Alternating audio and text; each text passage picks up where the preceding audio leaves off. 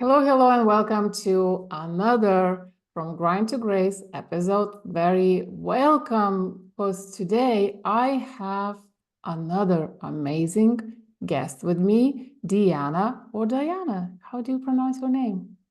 Actually, Diana. Diana. Yeah. And actually, what we're going to talk about today is what does it take to really, really attract your aligned, real, good clients, how to become magnetic to your clients. And I know we are throwing these magnetic clients around all the time, but I think, and this is what I'm gonna dive into it, Diana, what does it really mean to be magnetic? Because I think we are approaching this a little incorrectly. At least that was my findings a while ago. And so really, what does it take to make your vision board and your dreams the reality? So a little bit about my guest. She is an identity, very interesting, identity plus business coach and speaker on a mission to help people step into their most powerful next level identity. I love this topic. Through rewiring subconscious beliefs so that they can quit their self-sabotaging patterns and finally make everything on their vision board a reality. She helps people get unflinchingly confident in themselves so that they can amplify their important message, become magnetic to their clients, money and opportunities, and live a life they are obsessed with. Love this. Beyond the business, you can find her embracing a lifestyle she is obsessed with herself, of which adds richness to her life, making new memories every week. So important with her boyfriend, family, and friends, going to the spa, eating delicious food, and enjoying Netflix mini series in the evenings. That's the introduction. I absolutely love everything about it. It resonates so much. Is there anything else, Diana, you would like to add? No, I think that sums up all my life and business. So yeah, I that was love fun how to it hear. sounds. And I really like what you have in the intro actually resonates so much with me personally, because that's the exact topic I'm exploring on my podcast.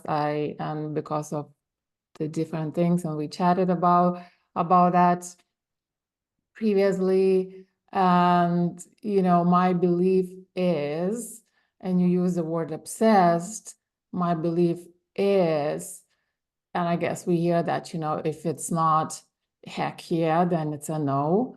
And I think that's kind of what you mean by obsessed. Like, I mean, if you don't absolutely love, why would you do it anyway? And for me, what clicked, I kind of always sensed that, but it like really, really clicked that you can actually be doing whatever you want, right? And still create wealth, still monetize it, right? Create a business that you like, because I suspect a lot of people in this world, they think that they kind of need to think outwards more or first, and then only somehow match or don't match, or maybe in some cases it doesn't even matter whether I like it or not. It's a business, you know? Yeah.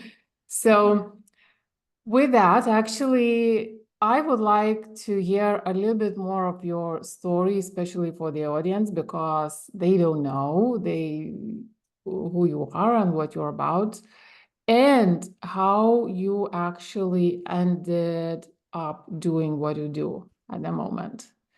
Yeah, amazing.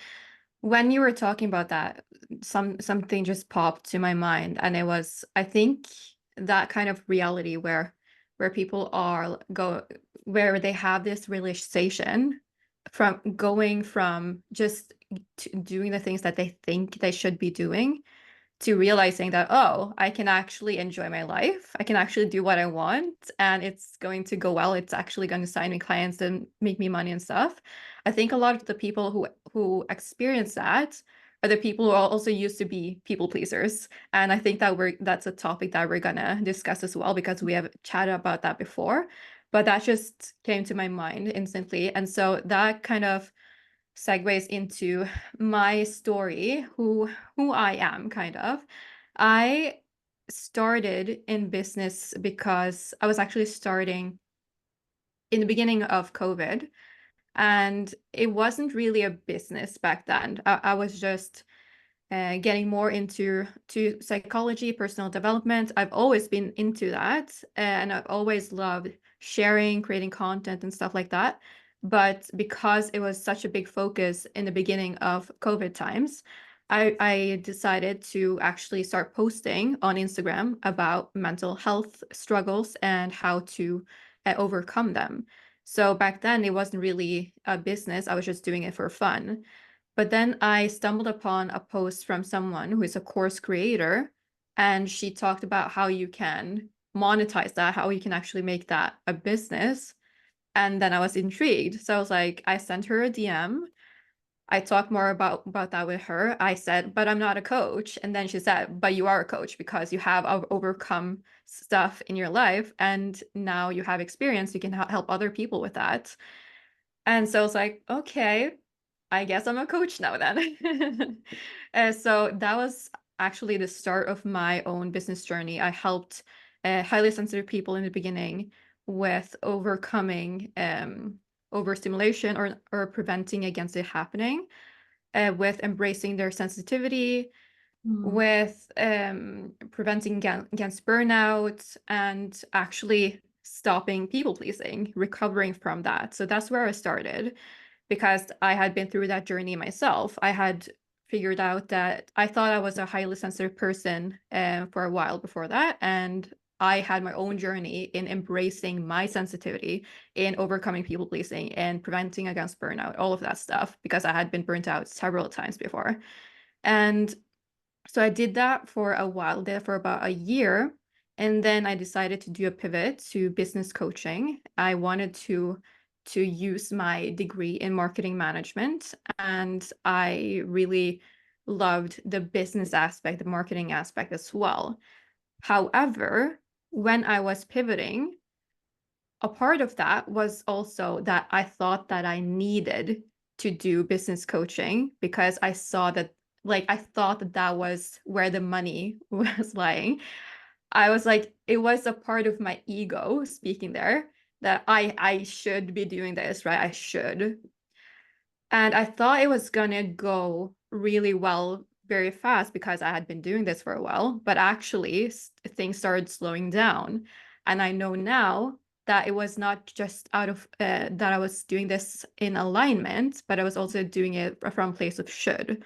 So I was doing things that didn't feel aligned, which was burning me out. And then I had to just find a new direction. And that's where I started coming more into kind of spirituality, manifestation, identity work. And I started surrendering to a new way of doing things in business. But I also realized that that I had to kind of rewrite my story in so many ways because I grew up with what I think is a narcissistic father. I grew up like walking around on eggshells. I had to really be quiet. I couldn't really voice my opinions. I couldn't really be loud, take up space. I had to be this perfect good girl, this angel, and a people pleaser. I learned to be a people pleaser. So I was always so freaking focused on what other people needed from me, how I could make other people happy. I never stopped to think about how can I make myself happy? Like, what do I need? So I pushed down my own intuition so freaking hard until just a few years ago. I was always so focused on other people. And also knowing now that I have ADHD, I'm neurodivergent, I know that like that also made it harder for me to be myself because I was looking to all the other people, what they were doing. and to the neurotypicals. I was like observing how they were moving in the world, how they were talking, how they were expressing themselves, all of that. And I realized without knowing that, oh my God, I'm different, but I don't know what it is, right? So I was always trying to look to what other people were doing and molding myself to be someone else so that I could be accepted in society. And I took that with me into relationships. When I was starting dating someone new, I immediately started to think about, how can I look cool? How can I be cool? How can I be this person that this other person can love? So I wasn't really taking my own authenticity into it. I was always trying to be someone else. Well, So and with all of, yeah, yeah, I just wanted to add, sorry, just wanted to add that, and we talked about it. When you tell your story, I see myself. yeah, yeah. Apart from one little detail, which apparently is not little, when you started posting on Instagram, you did it because you liked it. Mm, When I started on my business, I started my business because I started a business and I started whatever I ran into at the time, and it was so different. I literally ended up in that logical mm. space and those shoulds and those how do you do business kind of thing, and it took ages for me to get out of that. Yeah, yeah, That exactly. makes a huge difference. Yeah. But then it seems that you still got pulled into that space as well, right? Yeah, yeah, exactly. Yeah, because even though I started with something that I liked, I was still so dragged in different directions where I was always so consumed by what do other people do? Like how do they create their success? Let me just look at that. Not from a place of just being inspired. Like you can be inspired and learn from other people. That's awesome. But I always thought that other people had this secret key that I needed to look for everything external all the time. And because I was pushing down my own intuition so hard, I never had the strong self-belief and self-trust. I never thought that I had something kind of good within me. So I was always looking for the new strategy and the new framework, the new key, all of that. So yeah, that Yeah. definitely consumed me so much. Yeah, wow, wow. The words you're using, always look for a new strategy. And I've been saying things like, strategy collector and things like that. And the secret key. And it reminded me because I did become a marketing junkie, as somebody called me. There's always a secret. There's always a secret. There's secret this, secret that, secret this in the books, in the hooks, in the, everywhere. Yeah. There is a secret, and even the grow and rich kind of thing, the whole manifestation and the personal development. Again, the secret. Everybody is looking for a secret, the secret. It's and I was in that space for a long time and I did well. I did learn a lot of strategies. I intellectually could come up with whatever things, crazy good things, but it just never felt like it was properly clicking. And then I find out that I'm one of those people who just needs to be driven by intuition and listening to intuition. So it was such a huge conflict within me that I knew that something was off. I just couldn't find it, right? And then, as you mentioned, people pleaser. How much did that add to everything, right? Mm. Like, like neglecting yourself, all the time. Talk about that a little more. What it meant for you? Like, how did that affect you on your journey Yeah, in my business or in your business as well? yeah, Yeah. Yeah. yeah. Yeah, definitely affected me in all areas until I tried kind of fixing it. But what was interesting was that it affected me in life until I stopped letting it affect my life, but it still affected me in business. So I started to set boundaries for myself in life, in my relationships, at work, all of the places, and that made me feel better. It increased my self-confidence, all of that.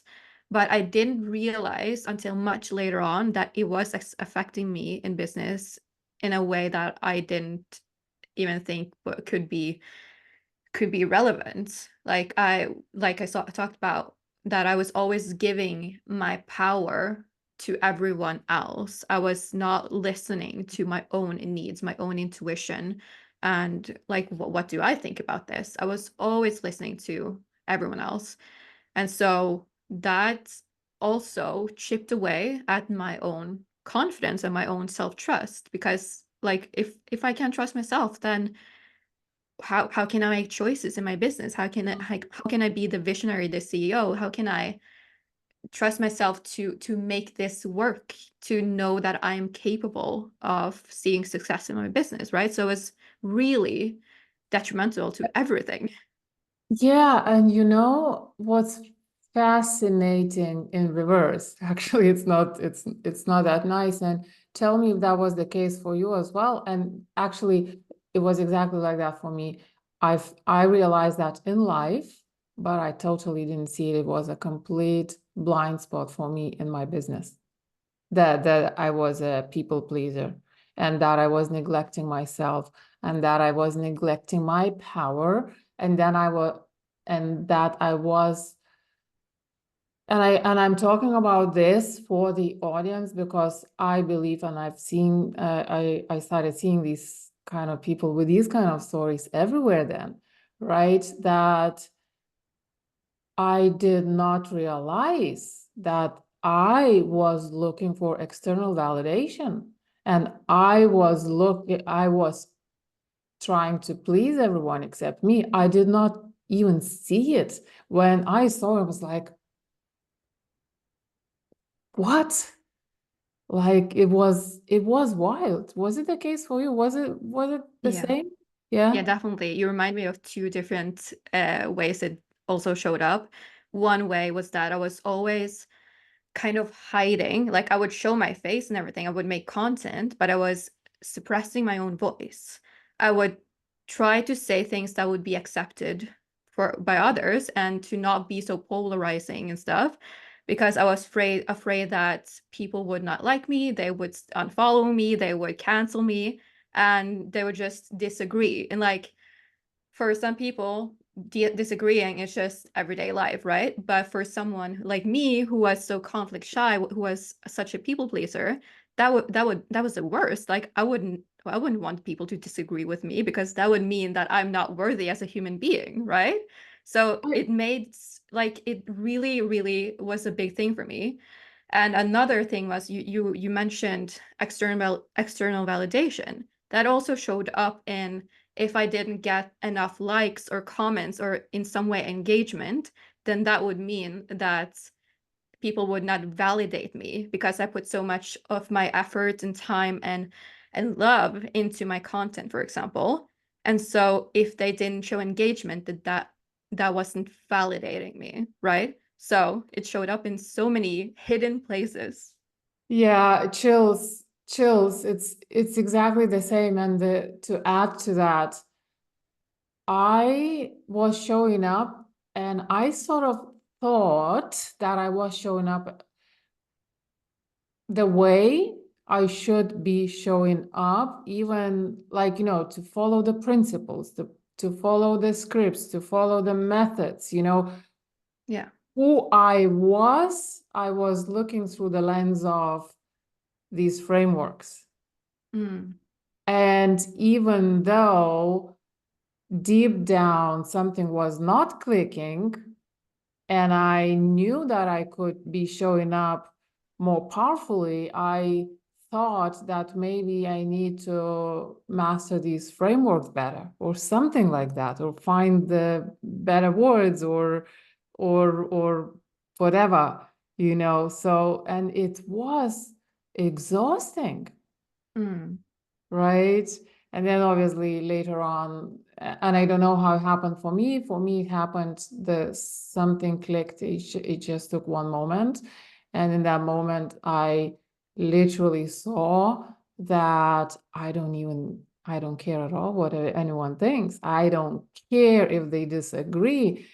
And I don't even see it as rejection. What is rejection? There's no rejection. Like rejection dissolved into nothingness for me. I don't know. It's kind of crazy. And then I thought, oh my God. So apparently when people talk about rejection, just talking about rejection alone means that they're not in their power, because rejection then becomes irrelevant when you're actually speaking your truth and you're being yourself, right? Yeah, yeah, true. I Yeah, mean, but you will get no's, but that you don't attach to that at all. Like, I mean, of course, not everyone is gonna be with you and follow you, but that doesn't, you don't attach that to any outcome, any specific value of you, and those kind of things. yeah, exactly. And for some people, that requires a lot of inner child healing and a lot of subconscious rewiring, because if they at their core is so afraid of rejection, that probably is because they did get a lot of rejection as a child. They didn't get the love that they needed or deserved. And so as an adult, the rejection pops up in other places. So for some people, like, it's not enough to just be like, okay, I decide today I'm not gonna feel rejected anymore. They do need to do some inner child healing. But what you're talking about there is that if when you do that, you gain so much more power, because you're then not faced by what other people are thinking or saying all of the time. Because when you have healed that, you no longer will be triggered, and so then it isn't a thought anymore. You just speak your Exactly. truth. And like what is the best, like, most important thing, right? Are you going to be stuck in that for your whole life and just be so consumed by what other people are thinking about you? Or are you going to be uncomfortable for a little period of time where you're facing that fear, where you're facing that trigger, you're healing that, and for the rest of your life, you're no longer triggered? Like, what do you choose, right? Yeah, and I love it. I think the essential piece to this is to bring people's awareness to the fact that it can actually happen, that it's a thing. Yeah. So tell me a little bit about that. How do you help people to become aware? Like, or what are the symptoms? What are the signs? Let's say when you coach, when you work with people, how do you see, okay, this person is stuck in this place where they're not in their power, when they're afraid of everything, and here's why, and here's what we're gonna do. Yeah, yeah. So some of the signs are when they're, for example, spending a lot of time just creating one piece of content because they are so unsure about what to say. Like, what is, again, the best strategy here? What can sign me clients? And all of that. So they're just scrolling through Instagram or TikTok, just trying to find inspiration because, again, they're looking for something external. They're not Mm, driven by their own intuition, by trusting that they have everything they need within themselves to create what they need to create. So that can be one sign. Another sign can be that they're also spending so much time on content creation because they have been taking so many courses, so many programs, hiring coaches, all of that, and they're still not certain about what they're going to say, that it's going to work. So again, they're giving away their mm. power, right? Or they're watering down their own message because they're afraid of repelling people. Um, yeah, I had some other thoughts in mind, but I couldn't It'll come, remember it'll them. surface, they will surface, Yeah. they will surface. So, and then just to continue that, how do you know, like, I mean, so, okay, so those are the signs. And is there something that people tell you themselves about themselves? What do they believe about themselves when they are in that place? What they believe about themselves. About how do they see themselves? They see themselves as unsuccessful, even though they have created wins for their clients, for themselves, they're just ignoring those things because they think that they should be further along. They're constantly comparing themselves to other people. And if they have been a part of someone's journey where they have helped someone experience a win, they just neglect that because they weren't the one to give 100% of the win. They were just a part of facilitating that journey, for example. So they're not always looking at, okay, what's lacking? What's missing? What am I doing wrong? Right? So they're not really seeing their own worth and their capability. So I think that's maybe the Oh biggest my God, thing. I needed to meet you a few years ago.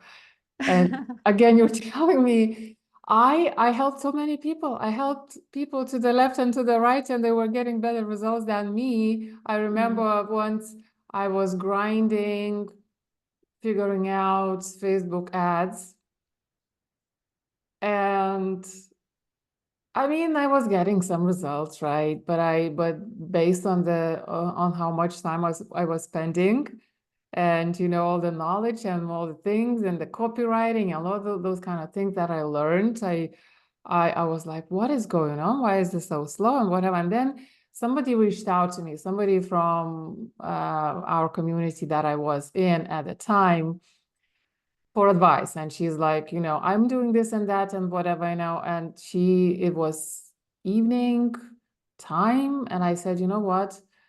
And I was already learning from the knowledge outside of that community, and really cool knowledge. I loved it. And I told her, you know what, do this, that, switch that, change the original funnel, whatever.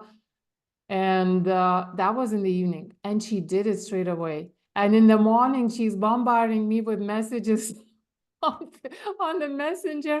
Edita, I made 4 sales overnight. I got up and I was Amazing. and I was like, oh my God, how is that happening for someone else and not me? Yeah. Exactly. We're so used to always looking for the lack, right? Where is it not working, but we're not really seeing where is it already working. So yeah, that's a huge piece. Yeah. Okay. So, and you did mention so I see, the identity creation, reinvention, manifestation, subconscious reprogramming, all amazing topics, energetics, everything. Also, you mentioned the inner child healing. Mm. Could you tell us a little bit about that? What is that? Yeah.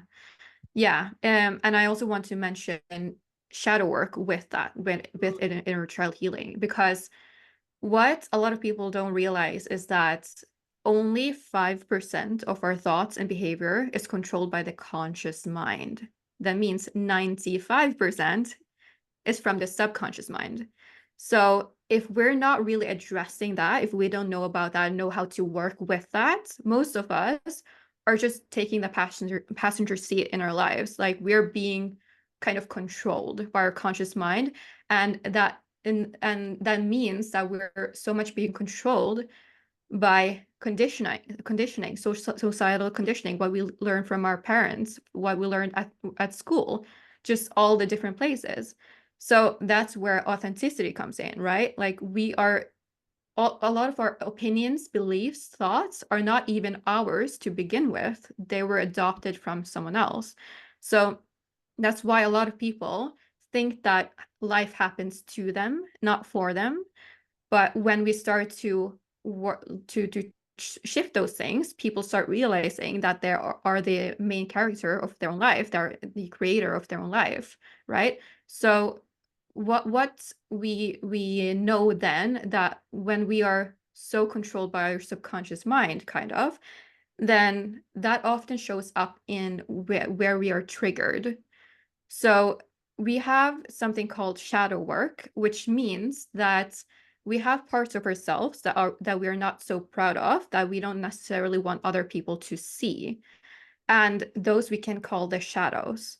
If someone says something with no bad intent, it was neutrally intended from that person, but it triggers us, then that points at a shadow that we might have. a trigger that something that triggers something from our childhood. So let's say for example you growing up, you were told that you're too much, you're all over the place, you're so loud, you have so many opinions, you should just be quiet, all of that. You were just like pushed down, right? And so you take that with you. You have that belief ingrained in you that you're too much. So it shows up everywhere at meetings, at your job. You don't even speak up your opinion because you don't want to be too much. In your relationship, you don't want to, like, if you're asked, what do you want for dinner? You just say, oh, it's up to you. You choose, because you don't want to take up space. Me, all the Right. time Right. for the last few years now. Yeah. That used to be me too. And like in friend groups, if there's a discussion, you don't want to voice your opinion because, again, you don't want to take up space. So it really bleeds into a lot of different areas, right? And then someday someone says to you, oh, you have so many opinions, so much to say. And again, no bad intention. It was maybe just a joke, right? But you take that as a fault because you have it ingrained in you that you are too much. So then you get triggered, and either you lash out on the person or you internalize it and you're like, oh shit, I'm too much, right? So that points at a shadow that you have. Now, like, you were so invested into not being too much, but then someone spot your shadow and you feel something about that. So that is essentially what shadow work and inner child healing is about. It is becoming aware of the shadows or what's triggering you from your childhood, and then rewiring that, healing that, so that you no longer need to be triggered. You like, next time someone says something to you, it doesn't even phase you because you've healed that. So yeah, that's what it's about. Wow, that's very interesting, and I believe it's very deep and it's very needed. And I think I've been meeting people, many people who think just forget about it, just let it go, just you know, don't hold on to grudges or whatever it is, however they perceive it and frame it. Do you have anything to say about how harmful letting go, so-called letting go, would be? Yeah. It, like, that's easier said than done, right? Like, the people who say those kinds of things don't have the same trigger, so they don't understand how much that means for you. Like, we have different kinds of Oh, levels of trauma, and what is a level 10 trauma for someone will be a level 3 trauma for someone else. So people are not going to understand the scope of it, just like looking at it from the outside without experiencing it themselves. So I think that is a good awareness piece by itself. But just trying to suppress it can do more harm than good if you keep doing it over and over and over and over again. Because not only are you then kind of reaffirming to your brain that this is not a big deal, like, you shouldn't be feeling like this, then you're just putting more shame and guilt on it. You're like reaffirming to yourself that I can't be trusted. I shouldn't be feeling the things that I'm feeling. And so you're again pushing down your intuition more, and you're doing stuff to your confidence and your self-trust. Like, you don't even believe in yourself anymore. That wow, is one thing. so And intense. yeah, and just another thing is that when you keep suppressing, then eventually that can show up in ailments in your body, disease, and pain in your neck and shoulders, and just overthinking so much, which can eventually lead to anxiety, depression, all of the stuff. So what is something that's just mental will eventually show up in the physical of your body. Wow, that is powerful. And it's not that It's something I did not know, but the way you articulated it and the way you explained it is just, it makes so much sense. And I think everyone needs to hear that. And entrepreneur, not entrepreneur, we do it everywhere, in business, in life, with Yeah. families, and we push others down as well. Let it go. What is wrong with you? Why did you, and then Mm. people do it to themselves. They agree with themselves to just forget about it. And Yeah. I've been saying to some people who I do care for, you can't forget about it. You can't agree with yourself to, to not think about it, but your body remembers, nervous system, Yeah. whatever. And it's not up to you, unless you embody it or access your subconsciousness or whatever the case, how how you explain it. Wow, that is I love those topics and I love understanding them, and every time I speak about something like that, I always learn something, or at least an angle, a little shift at least, so that's why I love, just so I could be talking about these things like forever, and Same. so because we are kind of talking and the audience are entrepreneurs who are stuck in the grind. I Mm. kind of want to link what we are talking about to the situation where they find themselves in that stuckness. And I personally relate a lot with women, and specifically women with a lot of responsibilities at home as well, whether they are carers, whether they have children, whether it's something, and they are in this space where they are running a business, and also they have so much on their plate at home, and they are stuck in this situations where they are not even hearing themselves, you know. And so I imagine, and could you add to this? I imagine because they are not even hearing themselves, they are kind of Mm. a similar kind of situation where they actually suppress everything that's going on around them, and which is why it's causing even more grinding, because they are trying to compensate the lack of results, the lack of progress, whatever, with doing more, which is kind of a closed circle then, right? Yeah. Yeah. So you're asking if they're not seeing kind of the results in their business that they're looking for, and like they're just not listening to themselves. Like, what could they do? Is that what you're asking? So I think, okay, so my situation was like, so all the things that we talked about, the people pleaser, the external validation seeker, the all those kind of things. Mm. So and then the grind that I was in, that I was conditioned. Well, you need to follow this advice and that advice and the productivity stuff and this thing and that thing and whatever, and I can Yeah. totally do that, right? I'm a doer, right? So, but then I was exhausting myself. Like I was, first of all, I had this stuff from my childhood, from my previous experiences, people pleaser, this and that.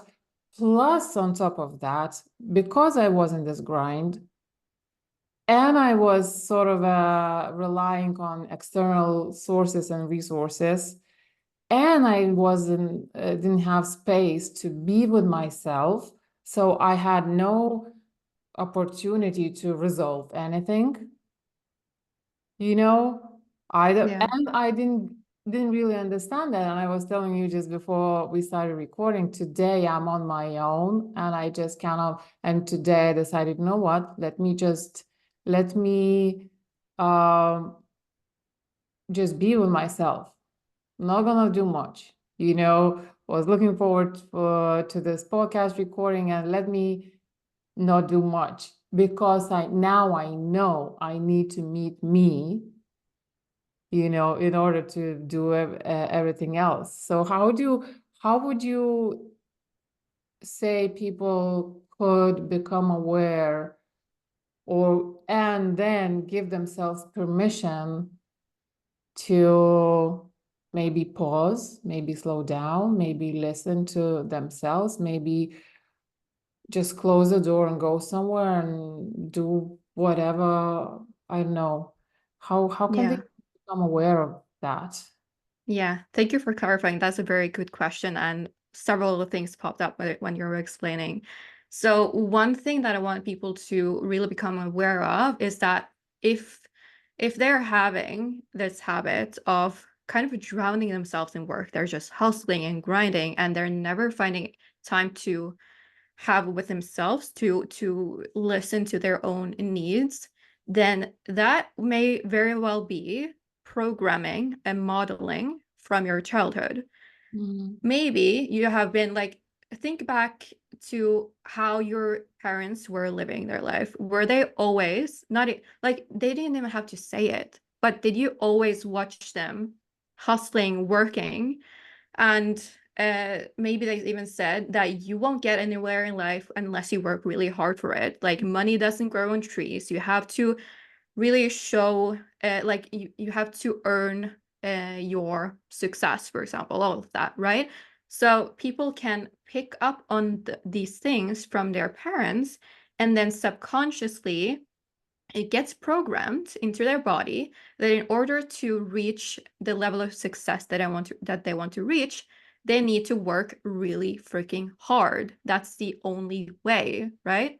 So it's like they can consciously know that some people get to a level of success without working hard, but it's literally programmed into their brain that they have to work hard in order to succeed. So I want people to have a think about that. Like, is that what was being modeled to you when you were growing up? And Mm. is that the actual, does that have to be the ultimate truth that you have to work hard, or was it just modeled to you? So that is the first thing that I want people to look at. And then like expanding on that, we have something that is called masculine and feminine energy within us. We all have that, and it doesn't have necessarily to do with the gender. Like someone can be a very masculine woman or a very feminine man, but we all have both within us. The masculine energy, for those who don't know, is very much about doing, taking action, strategizing, planning, all of that. And it's very much about providing security and yeah, like making someone feel safe. Whereas feminine energy is very much more about reflecting, being creative, looking within, not taking action, but like, what do I believe about myself, about other people, and actually receiving. So where the masculine is about providing, the feminine is about receiving. And as I said, everyone has both, but a lot of people have a big weight of just one of them. And even for me, like I am quite a feminine person on the outside. Like I like to dress up, I like to do my makeup, like to do my hair, all of that. But I realized not so long ago that I was really so much in my masculine, in my life, in my business, all of the stuff, because I was always so focused on what kind of action can I take. And I realized when I was looking back at my path, like this even showed up in my relationship where my boyfriend, he wanted to take the groceries for me, and like help me with stuff. I would always say him, no thanks, I can do it myself. Mm. I'm independent, you know. I always wanted to do everything myself because I wanted to show to myself, to the world, that I can do things myself, right? And I thought back at my childhood, and I realized like I don't have a good relationship with my father, right? And I realized that he was very much in his feminine.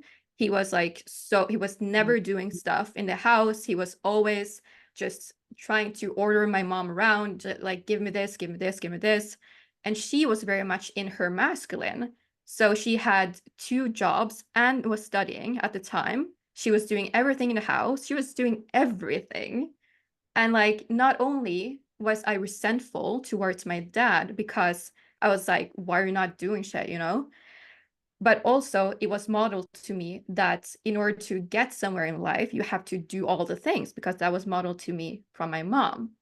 So then I adopted that. I realized like that I had to be in my masculine in order to succeed in business, right? So I only focused on what strategy can I choose, what action can I take, how can I just do and distract myself from everything, because if I'm doing something, then it must work, and then I'm worthy, then I'm not lazy, right? And because I was not used to receiving, like I was so bad at receiving compliments even when I was younger. I was bad at receiving like when services, when someone tried to do something for me, gifts, everything, so bad at receiving everything. I always had to do things myself. Then that also was brought into business, where I couldn't really ask for high amounts of money. I couldn't really ask for the sale, the clients.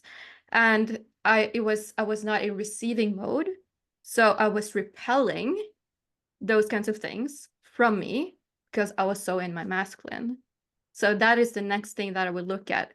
Like, where is your balance? Are you just in your masculine, or are you also in a place to receive? And for some people, that can be turned upside down, that they're only in their feminine almost. They're just trying to receive, trying to believe, but they're not actually taking action. So we want a balance of both, right? And then the third thing that I want to add here is that if you're always just hustling, grinding, burning yourself out, never looking after your health, and you're annoyed with other people not committing to you, like potential clients, they're like maybe reaching out but then ghosting you, they're not committing, and you're so annoyed with them not committing, then maybe that is a reflection. Maybe that is showing you where you're not committing to yourself. Because so often we're annoyed about what we're annoyed about in other people is something we're annoyed about in ourselves, within ourselves. So where you're not committing to yourself, maybe you're so committed to your business, but that is a separate entity of your outside of yourself, right? If you're not committed to taking your health seriously, then of course that is going to have repercussions for your business. You're not really fully committed to yourself. So all this to say that if people are just looking at what can they take action on, like what can they do, but they're always putting themselves on the back burner, their own inner healing, their own subconscious, all of that, that is why it's not working, because you're only looking at half of yourself. And I love it so much when you were saying, you know, they're not committed to yourself, perhaps. I think that's the root of the root cause of the grind. Yeah. Because when you commit to yourself and you don't have to convince yourself, everything becomes so easy. I get it. Like a lot of people don't even understand they're not committed to themselves because they know they don't feel what it is because of all the trauma we talked about and the broken, you know, inner child and, you know, those kind of things.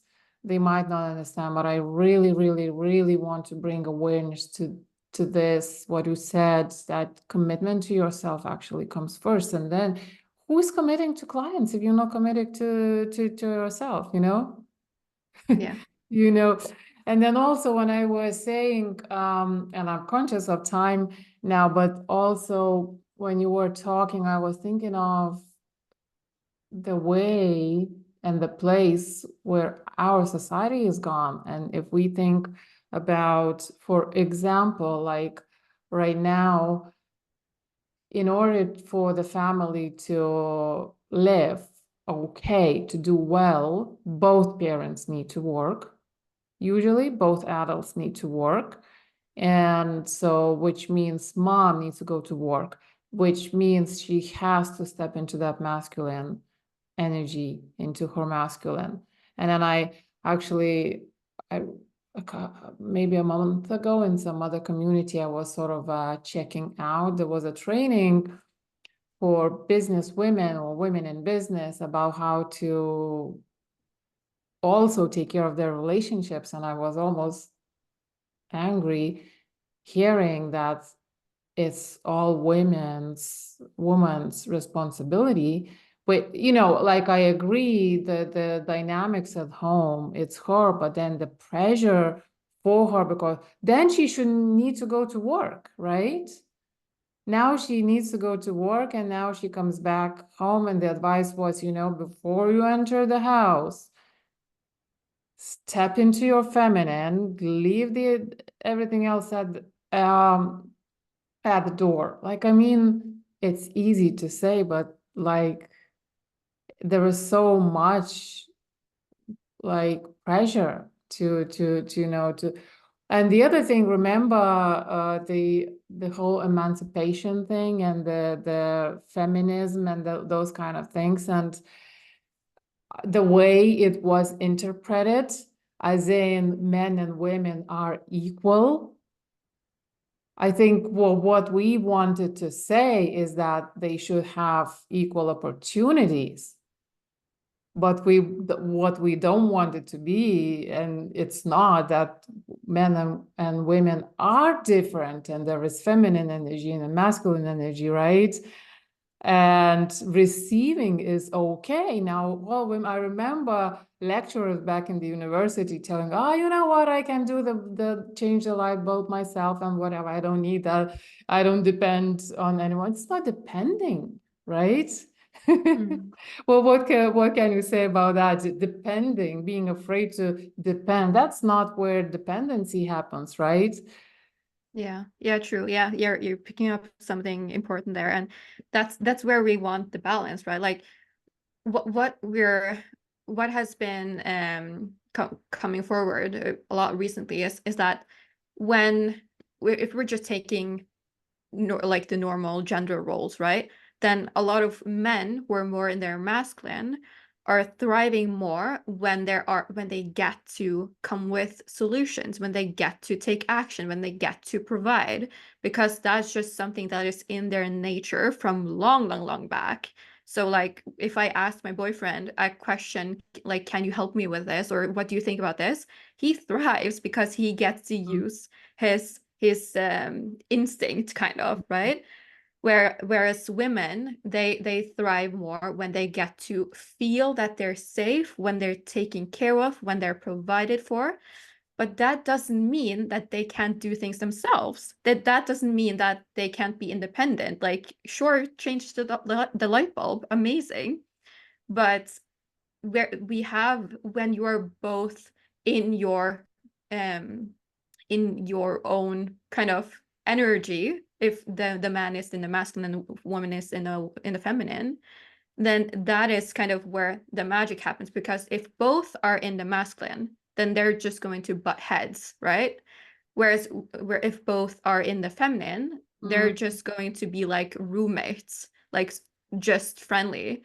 But if we have the opposites, then then it gets to be more like romantic and spicy and all of that. And that is where we want to be. But it doesn't mean that you can't be independent, and it can be turned around. Like sometimes the guy wants to be provided for also, right? In some cases, but it's like it will be flowy, but we want a healthy balance. I don't know if that answered your question. Yeah, absolutely. It's amazing. It's been an amazing conversation. Unfortunately, you know, Yeah, it's been almost an hour, I believe. So, time flew by so fast. I know it's so interesting. It's one of those examples, right? When we step into what has a very, very deep meaning for us, and where we are committed, then we don't feel the time, right? And Yeah.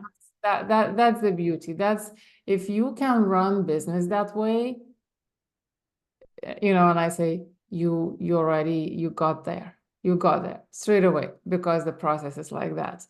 So just I have a final question, but before I ask that question, I want to ask you, where can people find you if they loved what you were saying and your topic, or if they want more help or advice?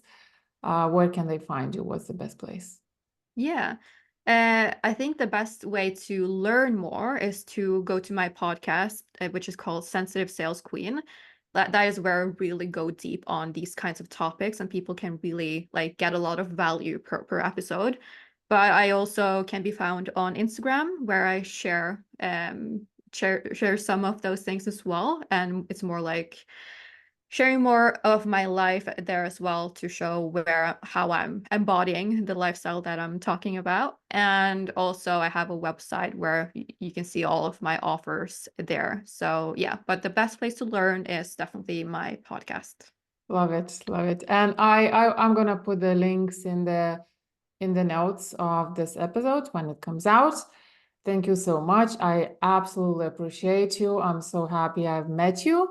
It's such a, I just love, and I mean, people doing this kind of work, like the world needs this so much, this kind of stuff. So the final question, because the name of my podcast is From Grind to Grace. What are your thoughts? What do you think when you hear something like that? And what is your tiny tip, next step maybe, for people, what they can do to move from grind to grace? Yeah, good question. What I'm thinking about when I hear From Grind to Grace is really about what we've been talking about today, that you don't have to hustle your ass off. You can actually, there is another way. You can choose to listen more to your intuition. You can choose to choose yourself and actually make the process of building your business, scaling your business more enjoyable, and do it more from an aligned place. That is what comes to mind for me.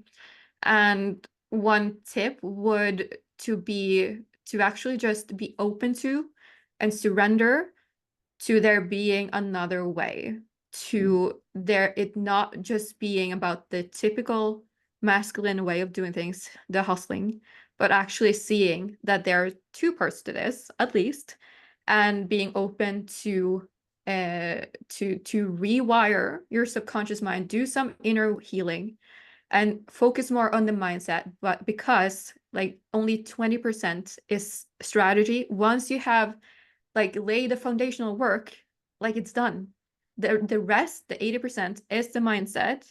So I would really encourage people to pay more attention to that and see how everything shifts and how everything develops from there.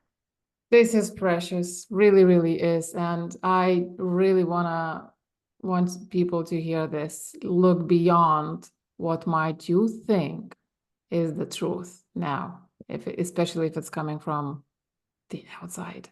So because there is a different world and a different way of doing things. Love it, love it, love it. Thank you so much, Diana, for being my guest. Loved every minute, every every sentence. It's so cool, and your energy and everything.